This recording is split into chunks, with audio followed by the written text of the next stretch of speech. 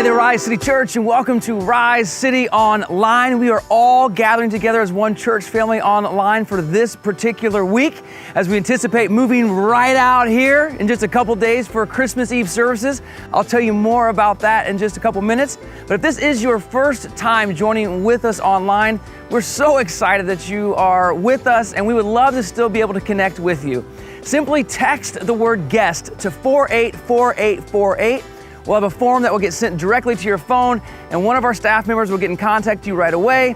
We'll also, if you're in the San Diego area, send you a little Christmas treat, Chick-fil-A. We'll give you a free Chick-fil-A sandwich just for joining with us, and also hopefully let you know more about the church and ways that you can get involved here at Rise City as we close out the year and get ready to start a brand new year. So once again, so excited that you are joining with us. Let's kick off our time together with a little Christmas music.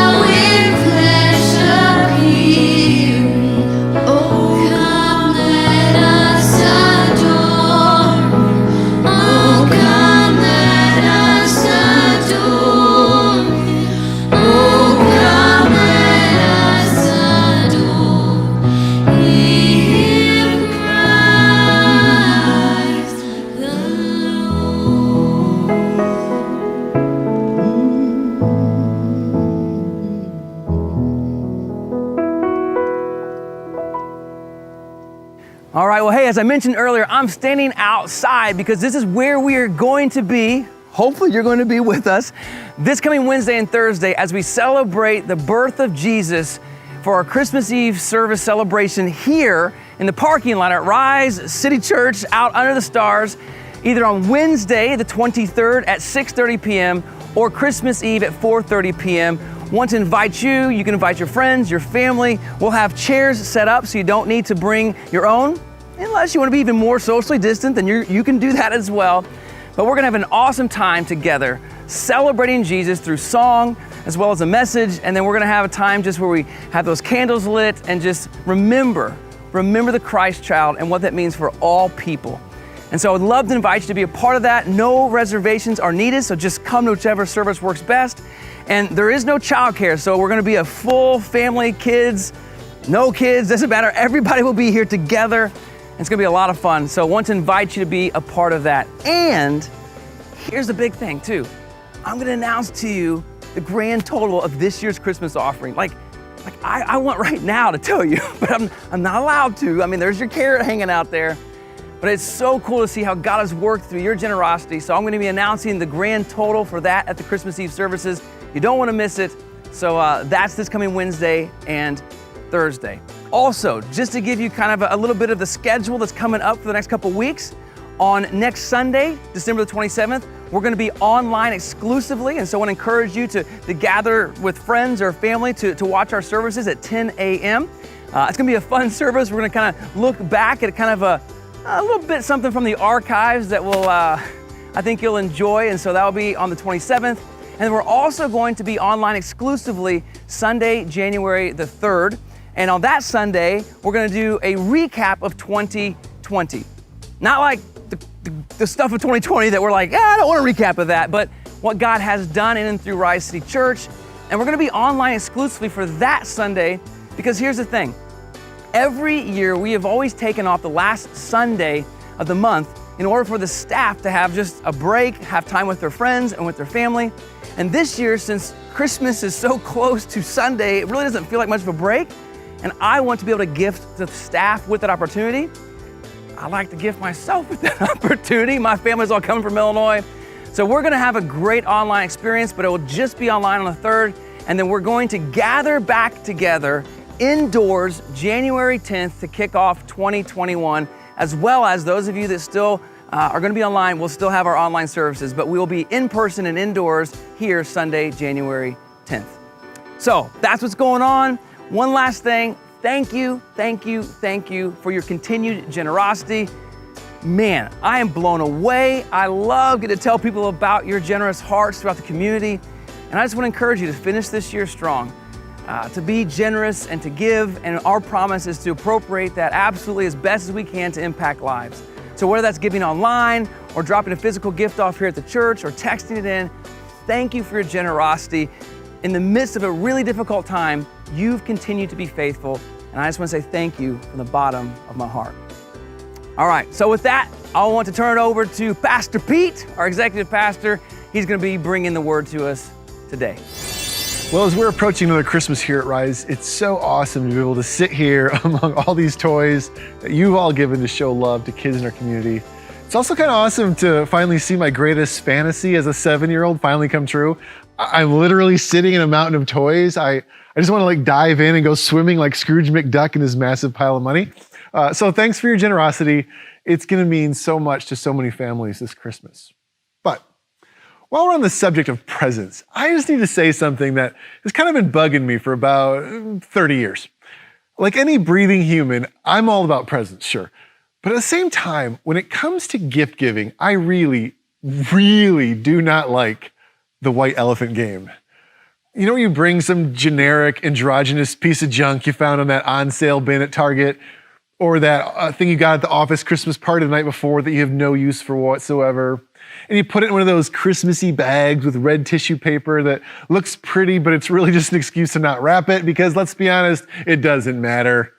You have to draw a number and you usually get a crappy one like 8 or 9 where you know the good stuff will already be gone, but even if you do happen to get lucky and pick the one nice gift left rather than the used cookbook and Santa oven mitts, number 10 is just gonna steal it from you, remind you all over again why you hate this stupid game.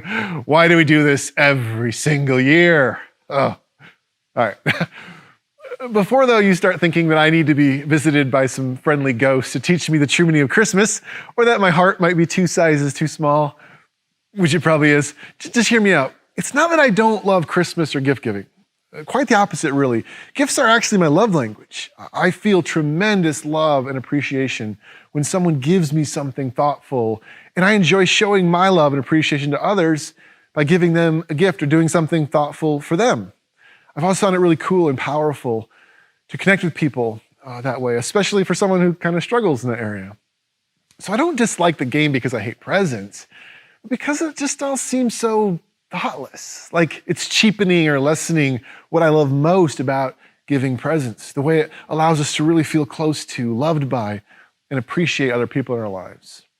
I love how gift giving is all about the relationship with another person, what it communicates and the feelings it creates with those I care about who care about me. And so I really dislike that it's often become expected and obligatory to give Christmas presents because it's Christmas.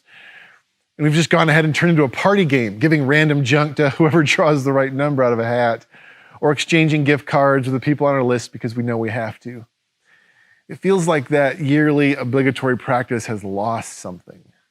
And yes, I know I'm overreacting, it's just a party game, I get it. And no, this is not gonna be one of those talks you hear about every year about rediscovering the heart of Christmas and the joy of giving over receiving. I just wanna talk about the idea of gift giving.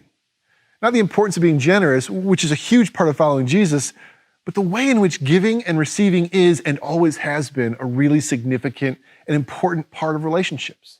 And as we'll see, it actually has a big part to play in our understanding of God and our relationship with Him. So to do that, we're going to take a journey back into the world of the Bible and look at what it would mean to talk about the gift-giving process in the first century Roman world within which the Bible is ready. So you ready? Here we go. Doodle-doo, doodle-doo, doodle-doo. Oh, we're still here.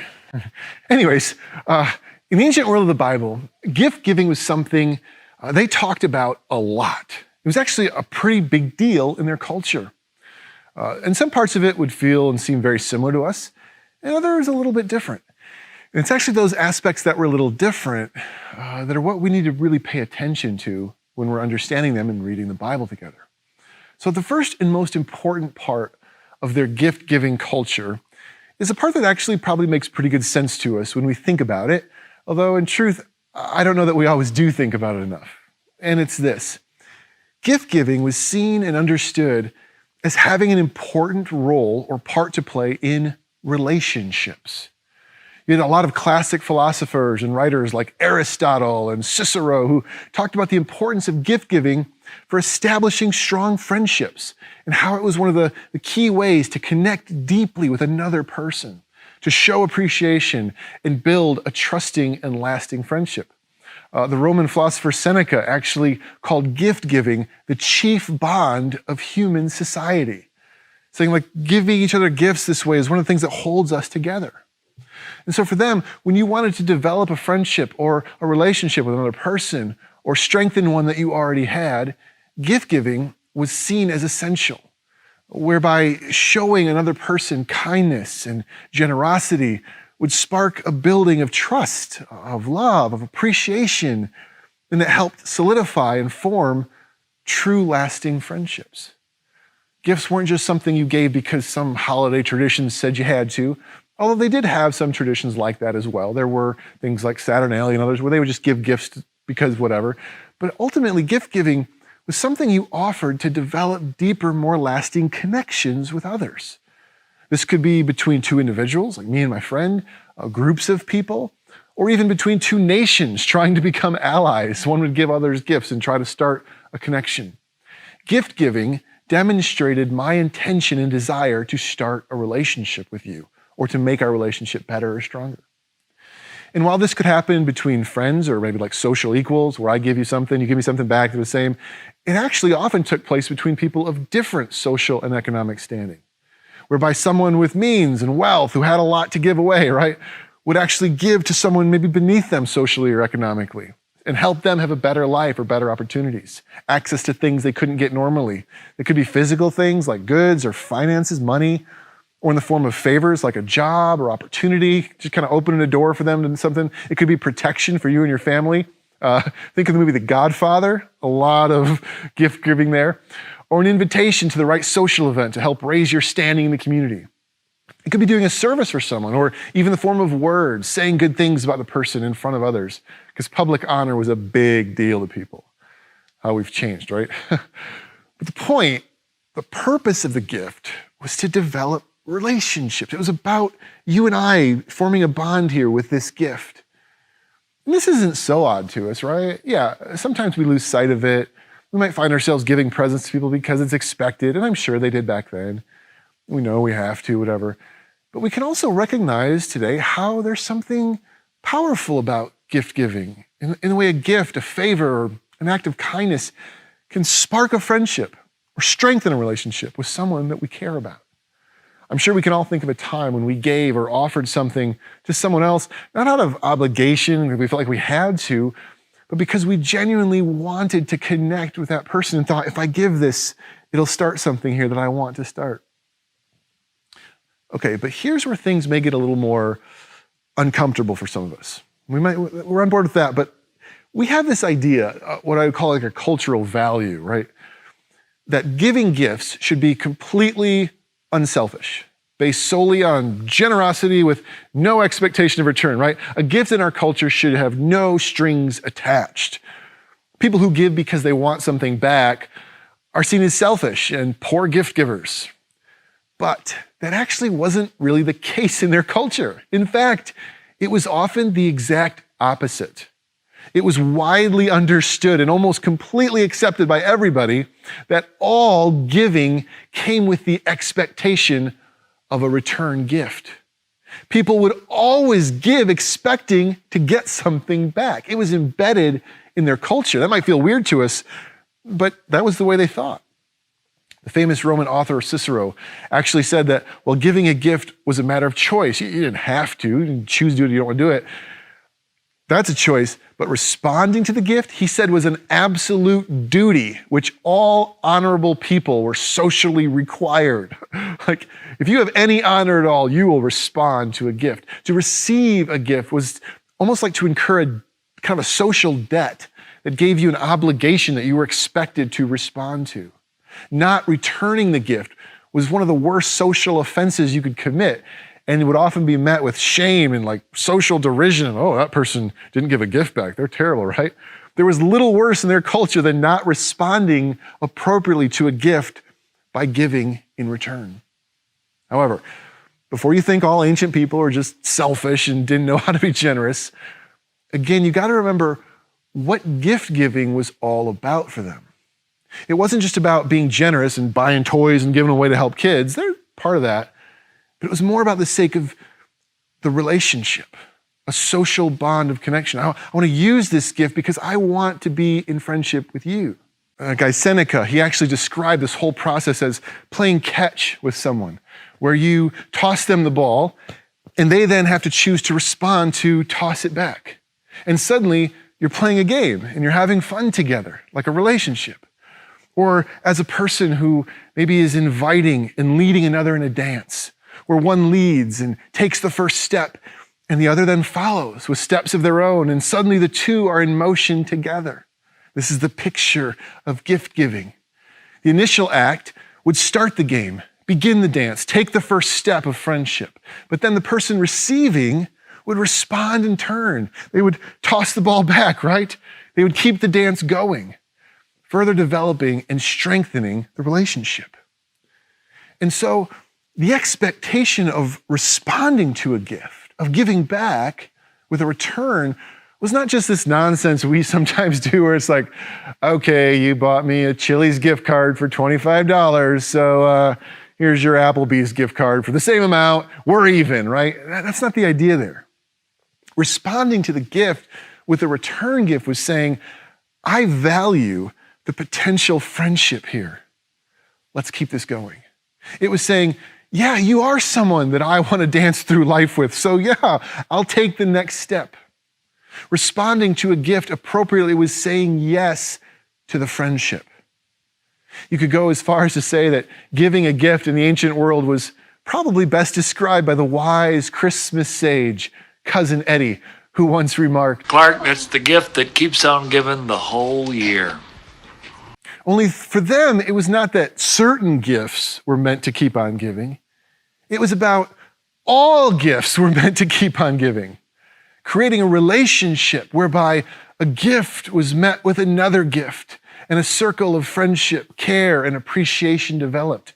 The game kept on going.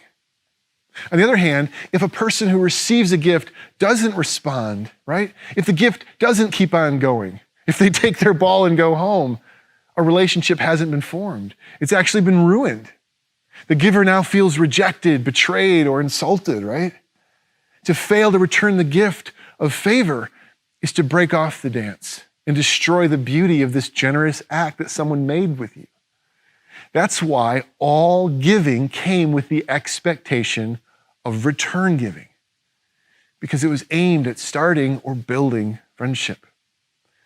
And failing to respond, not tossing the ball back, not giving in return, was to reject the offer, to push someone away rather than allow them closer.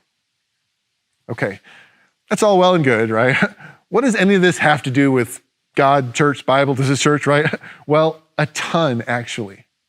Because when they spoke of this social dance, this interaction of giving and returning gifts and favors to one another, they used a very specific word, a word that our Bible translates as grace. See, told you this is going somewhere. Grace.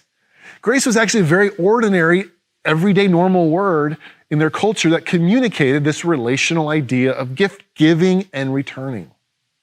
It could refer to the willingness of a person to give. You are a gracious person. It could refer to the gift or favor itself, a gratuity from the Latin word gratia, or to the return gift, which is where we get our word grateful, gratia full. It's also where our Spanish-speaking friends get their word gracias, gracious, right? Gracias, literally grace returned. Grace to the hearers of the Bible was the cultural custom of giving a gift or favor to another person with the full expectation that they would respond in kind and thus begin a friendship.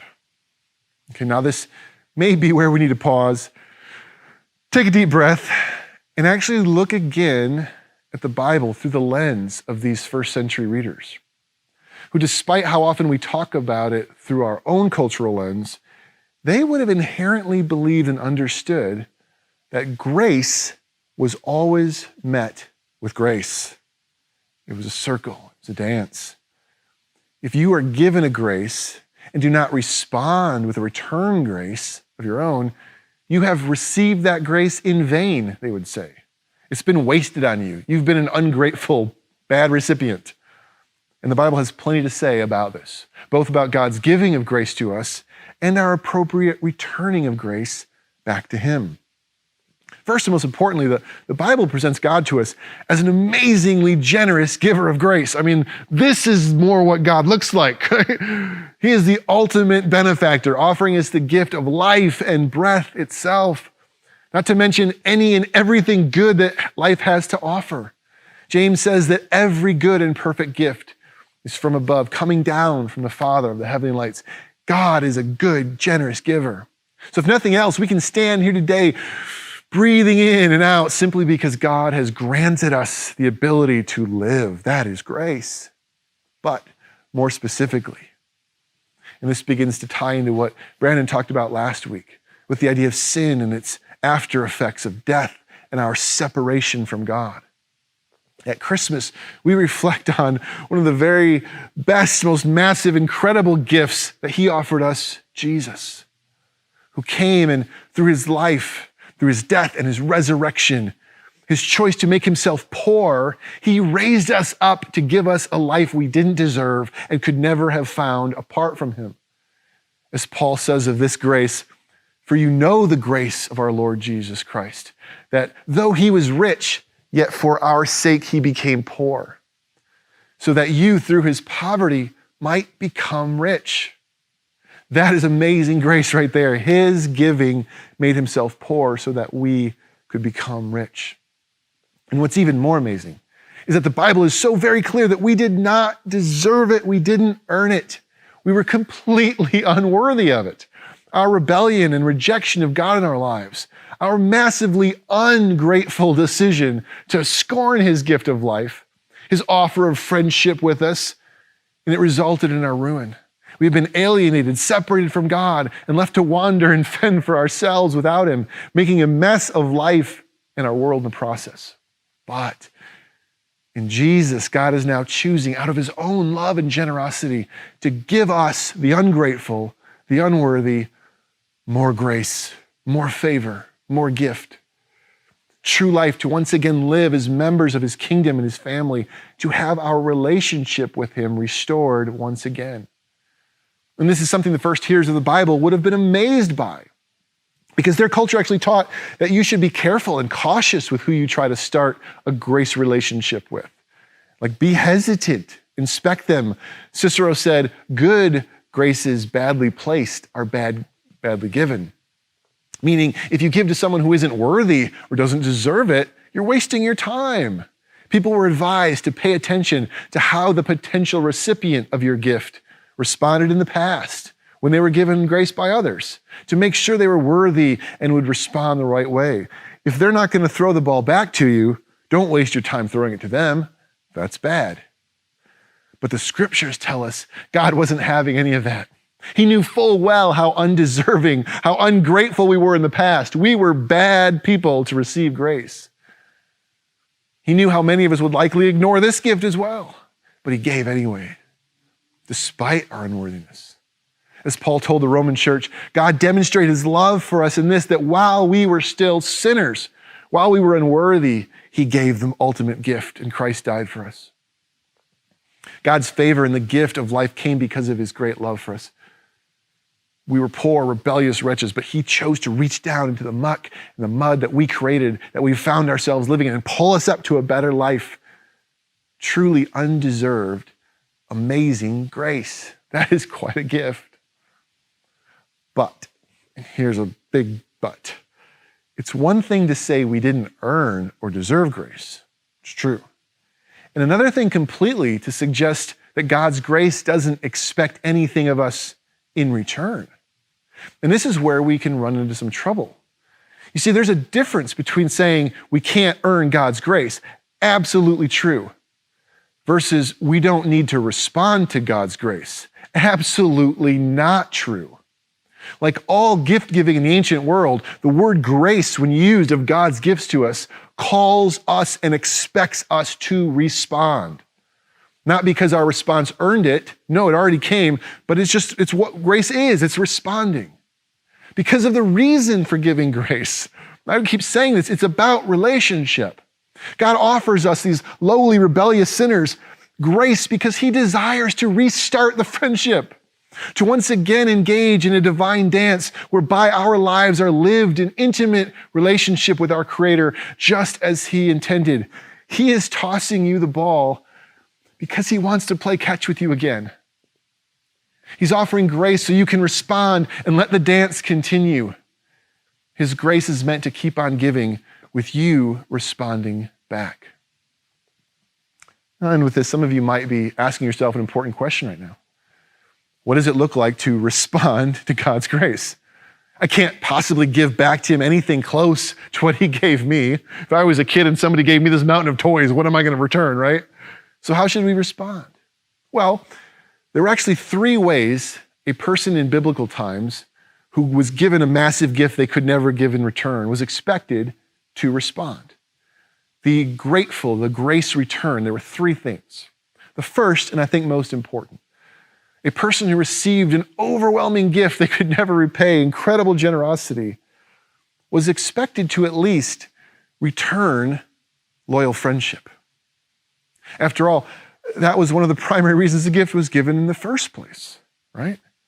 So to choose to give friendship, to stand by with that person through thick and thin, that was an appropriate return gift.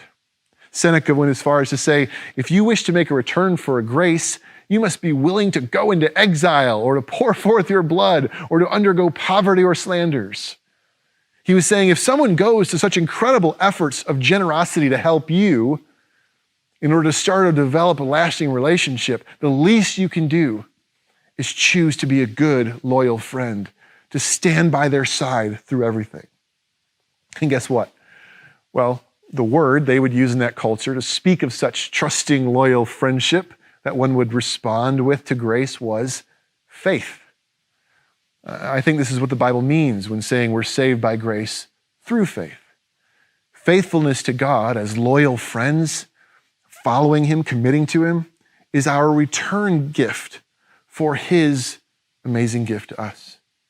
We didn't earn or work for his gift of life, but we respond to it appropriately by choosing to follow and stand with him through our whole lives, whether good or bad, thick or thin. Have you chosen to respond to him with that kind of faith? Have you chosen to make him a loyal friend? That's the way you respond. Now, secondly, along with faithful friendship, you could also offer a sort of favor or service. Do something for the person, you might say. Like he's like, oh, there's no way I could ever give you a gift of equal measure. But if you ever need anything, call me and I'll answer, right? Well, guess what? God has called and asked his loyal friends for service, for a return favor, if you will. Peter told us this: each of you should use whatever grace you have received to serve others as faithful stewards of God's grace in its various forms. He said you need to respond to God's giving by actually giving grace to other people, loving and serving the world, advancing his kingdom, and shedding his light to all people. That is how you give a service back to God. We can appropriately respond to God's grace by loving and serving other people.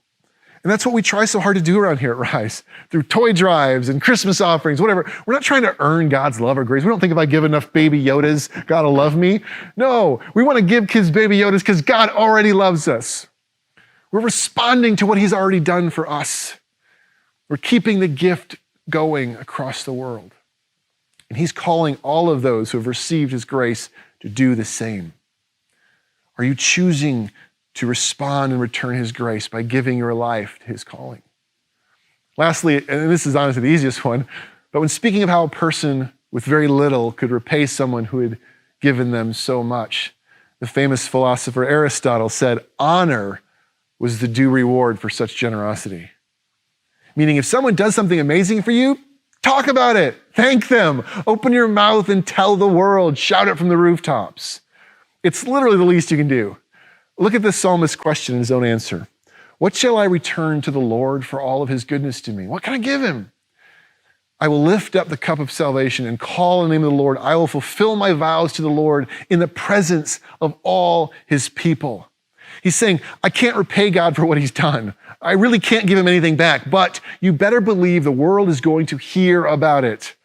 I will never stop talking about him as long as I live. And you see Paul's attitude when facing the possibility of him being imprisoned or killed for preaching this amazing good news of God's grace to the world. He said this, I consider my life worth nothing to me.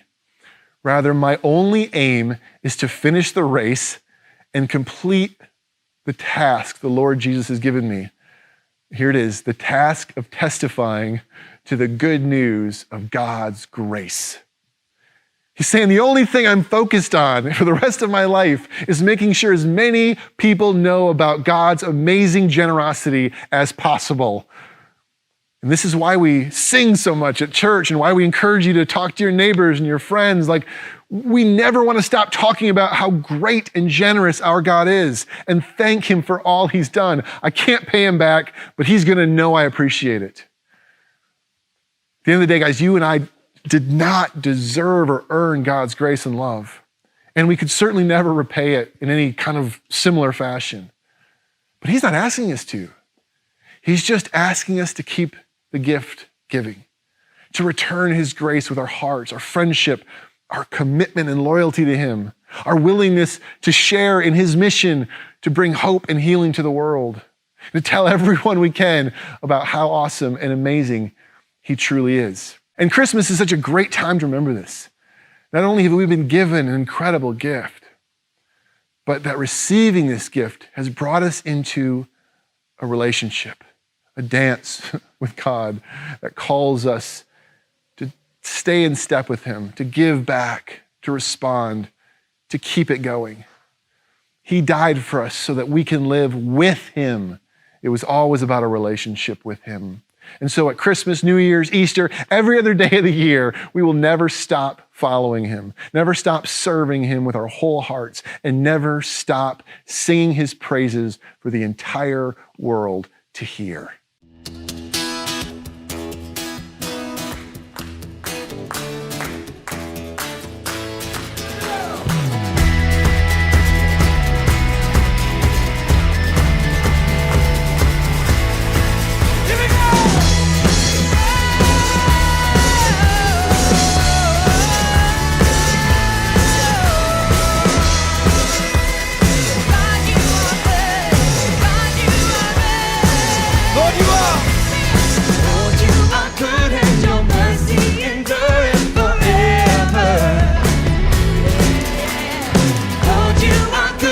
Your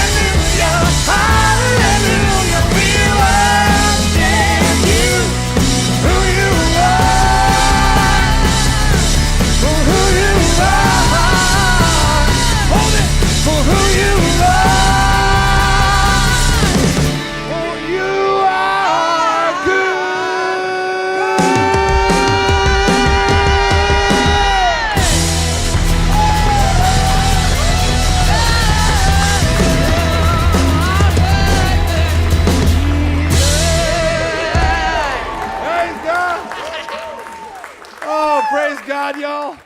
I mean, that's what I'm talking about right there. Lord, you are good. Your mercy endures forever. You are good all the time, and we are going to celebrate it, talk about it, shout about it, tell the world about it at Christmas and every other day of the year. So guys, we're just grateful that you joined us this morning. We hope that you have a great Christmas.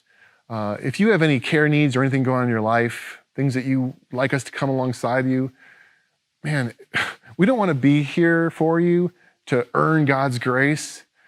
We want to be here for you because that's one of the ways that God calls us to respond, is to be there for each other. Feel free to text in the word CARE to the number 484848. We'd love to reach out to you. And if you're out there and you're just saying, I can reach out to people. I can reach out to my neighbors or my friends who are stuck at home and need somebody. Yes, you can. You can respond to God's grace today by going out and shining his light to everyone around you. So let's do that. Maybe be a people who wake up, rise, and shine. Wake up, open our eyes to the amazing generosity of God. Paul actually says that he's praying that our eyes would be open to know the incomparably great power, the hope of our calling, and the riches of our inheritance. Let's wake up to that. God is generous. May we rise to life in him, start to respond to his grace and living differently because of what he's done, and enjoying a new life in, with, and through him. And in doing so, may we ultimately respond to his grace by shining to the world around us in all things at all times, and making his name great every day. Thanks, guys.